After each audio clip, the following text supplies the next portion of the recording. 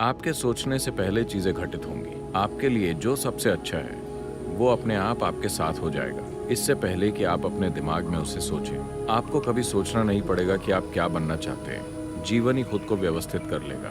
हड्डियों के इस डिब्बे से परे की एक बुद्धि आपके लिए काम करना शुरू कर देगी। ये सिर्फ दिमाग की बात नहीं है। दिमाग या अंग्रेजी शब्द माइंड का मतलब आमतौर पर सिर्फ विचार प्रक्रिया से होता है। विचार प्रक्रिया आपके दिमाग का सबसे ऊपरी हिस्सा है।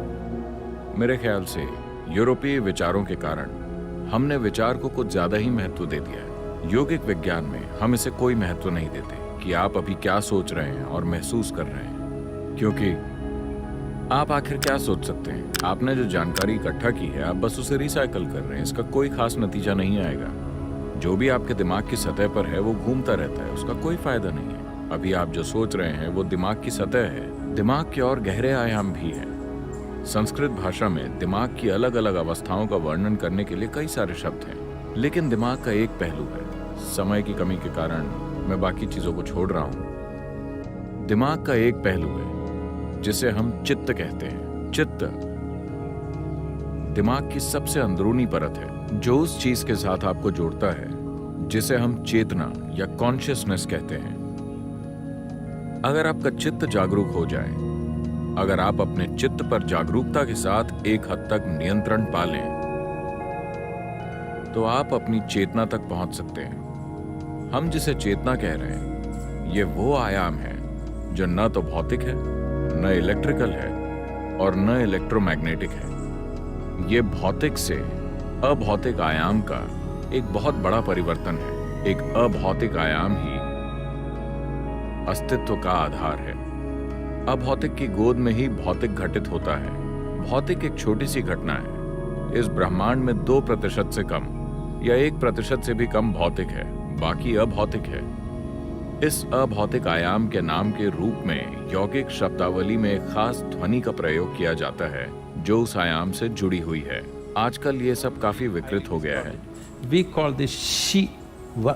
हम इसे कहते हैं शिव, जिसका अर्थ है वो जो नहीं है। शिव यानी ऊपर बैठे किसी व्यक्ति की बात नहीं कर रहे हैं। हम एक ऐसे आयाम की बात कर रहे हैं जो नहीं है, मगर इसी आयाम की गोद में वो सब कुछ घटित होता है जो है।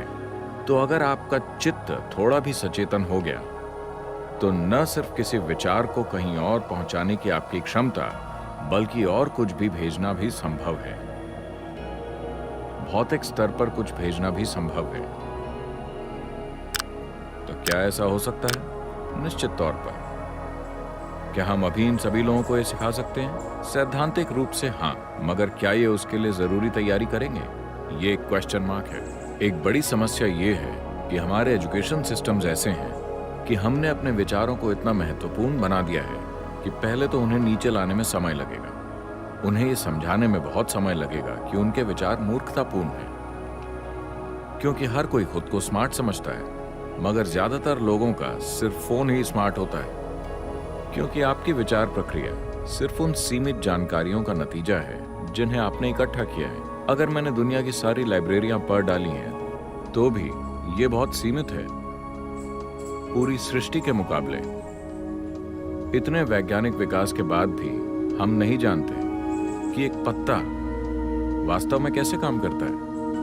हम एक अणु को भी पूरी तरह नहीं जानते, इतनी सारी वैज्ञानिक खोजों के बावजूद। तो इतना एहसास काफी होना चाहिए हमें विनम्र बनाने के लिए कि हम चीजों का इस्तेमाल करना तो जानते हैं, मगर ये नहीं जानते कि ये है क्या।